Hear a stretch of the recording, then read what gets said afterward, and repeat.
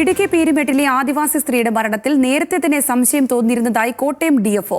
സീതയുടെ മൃതദേഹത്തിൽ ആന ആക്രമിച്ച മുറിവുകൾ കണ്ടിരുന്നില്ല. തന്നെയും ആന ആക്രമിച്ചു എന്ന ഭർത്താവ് ബിനുവിന്റെ വാദവും ശരിയായിരുന്നില്ല. വനം വകുപ്പിന്റെ സംശയങ്ങൾ സാധൂകരിക്കുന്നതാണ് പോസ്റ്റ്മോർട്ടം റിപ്പോർട്ടെന്ന് ഡിഎഫ്ഒ പറഞ്ഞു. വനംവകുപ്പിന് ഇന്നലെ തന്നെ ഇക്കാര്യത്തിൽ സംശയങ്ങളുണ്ടായിരുന്നു. കാരണം ഈ കൊലപ്പെടുത്തി എന്ന് പറയപ്പെടുന്ന സീതയുടെ ശരീരത്തിൽ കണ്ടെത്തിയ മുറിവുകളൊന്നും തന്നെ സാധാരണ നിലയിൽ കാട്ടാനാക്രമണത്തിൽ കാണപ്പെടുന്ന മുറിവുകളുമായിട്ട് യാതൊരു സാമ്യവുമില്ലായിരുന്നു. മാത്രമല്ല മാരകമായ മുറിവുകളൊന്നും പുറമെ കാണുവാനുമില്ലായിരുന്നു.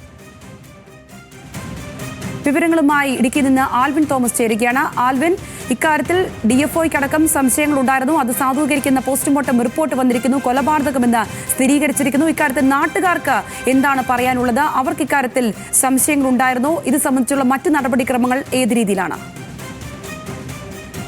നാട്ടുകാർക്ക് ഇത് സംബന്ധിച്ചൊരു സംശയം ഉണ്ടായില്ല. കാര്യം ആദ്യം ഈ ബിനു തന്നെയാണ് ഈ വനത്തിനുള്ളിൽ നിന്ന് ഈ മൃതശരീരവുമായി പുറത്തെത്തുന്നത്. പിന്നീട് അവിടെ വനംവകുപ്പ് ഉദ്യോഗസ്ഥരെ അറിയിക്കുകയും വനംവകുപ്പ് ഉദ്യോഗസ്ഥരെത്തി ജീപ്പുമായി അവർ ആശുപത്രിയിലേക്ക് പോവുകയുമായിരുന്നു. അതുകൊണ്ട് തന്നെ നാട്ടുകാർ ആദ്യഘട്ടത്തിലൊന്നും ഈ മൃതശരീരം കണ്ടിരുന്നില്ല. പിന്നീട് ബിനുവിനെയും ആക്രമിച്ചു എന്നുള്ള ഒരു കാര്യമാണ് നേരത്തെ ബിനു വനംവകുപ്പിനോടും പോലീസിനോടും പറഞ്ഞത്. കാട്ടാന ബിനുവിനെ ആക്രമിച്ചു എന്ന് പറഞ്ഞിരുന്നു. പക്ഷേ അതിന് തക്ക പരിക്കുകളൊന്നും ബിനുവിന്റെ ശരീരത്തിൽ ഉണ്ടായിരുന്നില്ല.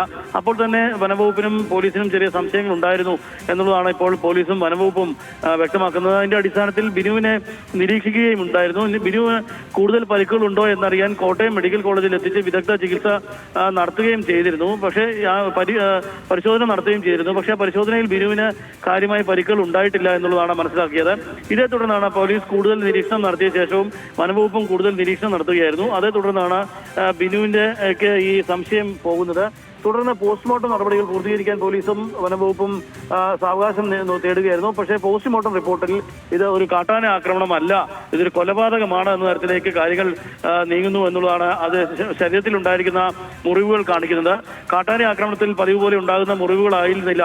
അത്രത്തോളം ഗുരുതരമായ മുറിവുകളല്ല, അല്ലെങ്കിൽ മറ്റൊരു തരത്തിലുള്ള ഗുരുതരമായ മുറിവുകളാണ് ഉണ്ടായിട്ടുള്ളത് എന്നുള്ളതാണ് ഈ പോസ്റ്റ്മോർട്ടം നടപടിയിൽ വ്യക്തമാക്കിയിട്ടുള്ളത്.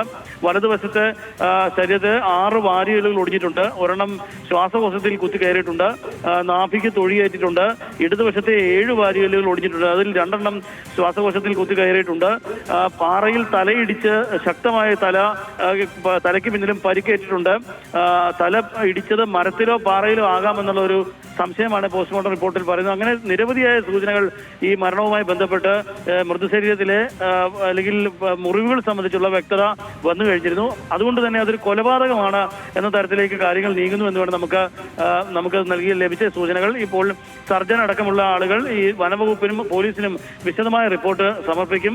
അതേ തുടർന്നാകും തുടർ നടപടികൾ ഉണ്ടാകുക. ഏതായാലും ഇപ്പോൾ ബിനു പോലീസിന്റെ നിരീക്ഷണത്തിൽ തന്നെയാണ് എന്നുള്ളതാണ് നമുക്ക് അറിയാൻ കഴിയുന്നത്. ബിനുവിനൊപ്പം മക്കളും ഉണ്ടായിരുന്നു എന്നുള്ളതാണ് ഇന്നലെ ബിനു മൊഴി നൽകിയിരുന്നത്. വനത്തിനുള്ളിൽ ഈ സംഭവം നടക്കുമ്പോൾ മക്കളും പിന്നീട് വന്നിരുന്നു എന്നുള്ളതാണ് ബിനു പറഞ്ഞത്. പക്ഷേ മക്കളെയും ഉൾപ്പെടെ ഇനിയും ചോദ്യം ചെയ്യേണ്ടതുണ്ട്. പോലീസ് വിശദമായി ഈ കേസ് അന്വേഷിച്ചാൽ മാത്രമേ ഇതിന് കൂടുതൽ വിവരങ്ങൾ പുറത്തു വരികയുള്ളൂ. ഏതായാലും ബിനു ഇപ്പോഴും പോലീസ് നിരീക്ഷണത്തിൽ തന്നെയാണ്. സംഗീത. ശരി, ഇടുക്കിയിൽ നിന്ന് ആൽവിൻ തോമസ് ആണ് വിശദാംശങ്ങൾ പങ്കുവച്ചത്.